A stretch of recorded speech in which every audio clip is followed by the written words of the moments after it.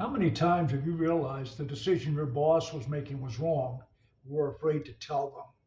Hi, I'm Paul Glover, the No BS Post Pandemic Leadership Coach, and I'm going to tell you how to properly disagree with your manager and not commit career suicide.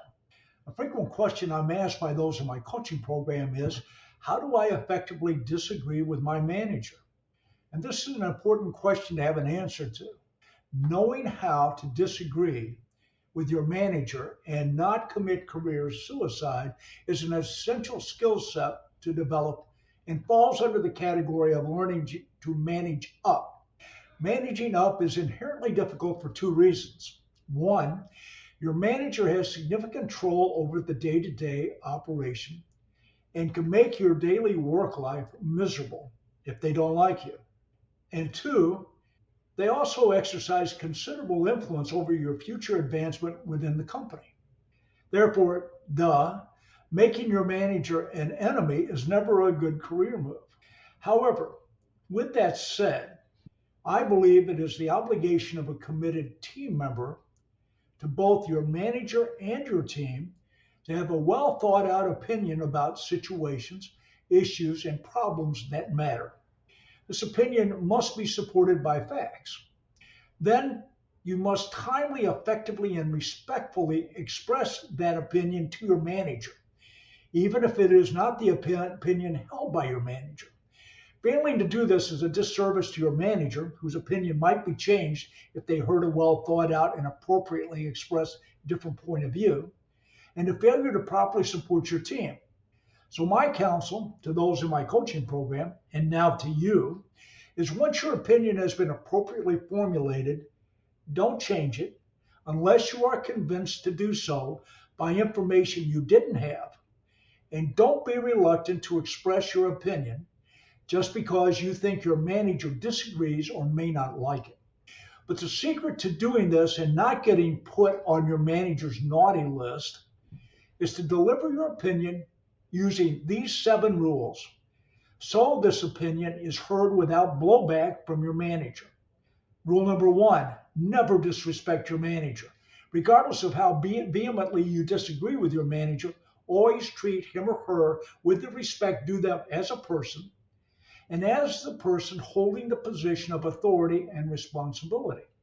Conversely, you are entitled to that same degree of respect from your manager, who should hear your opinion.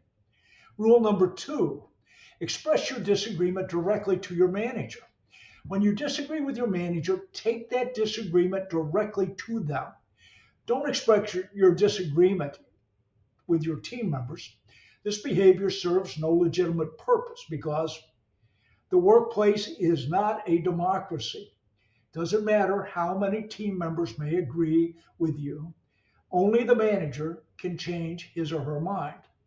Also, the person you are complaining to may tell your manager you are complaining about them. Not a good thing. And your complaining erodes the team's morale. Rule number 3, choose the right time and place to disagree with your manager. Never disagree with your manager in public, like in a team meeting, unless you really want to get fired or your judgment is so impaired you should get fired. We all react with varying degrees of defensiveness when facing disagreement. And the higher the stress level at the time of the disagreement, the less likely the reasons for the disagreement will be properly heard. Disagree only when there is an opportunity for you to talk privately with your manager about the basis for your disagreement. Rule number 4, don't make the disagreement personal. Make the disagreement about your manager and you versus the problem and not you versus your manager. Be professional, objective, calm, and constructive, and above all, respectful as you express your reasons for disagreeing with their decision. Rule number 5, be prepared. Before presenting your disagreement to your manager, be clear about your reasons for disagreeing so you can present them in a logical and coherent fashion. Do this by having facts and examples to support your position. Rule number 6, be open-minded. Actively listen to your manager's perspective. Be open to changing your opinion or seeking a compromise by offering alternative solutions. If your manager presents compelling reasons or new information that addresses the reasons for your disagreement. Finally, accept the final decision. After expressing your disagreement and discussing possible alternatives, accept your manager's final decision and don't gripe about it with others behind your manager's back. Speaking up using these 7 rules about a decision you believe will have a negative impact on the team is not complaining, but sharing information that your manager may not have considered.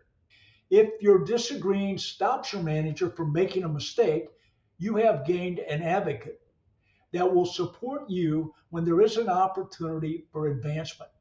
But even if it doesn't change your manager's mind, since your disagreeing was done properly, you will still have them as your advocate. If you would like more information about how to properly interact with your manager, email me at paulglover@paulglovercoaching.com.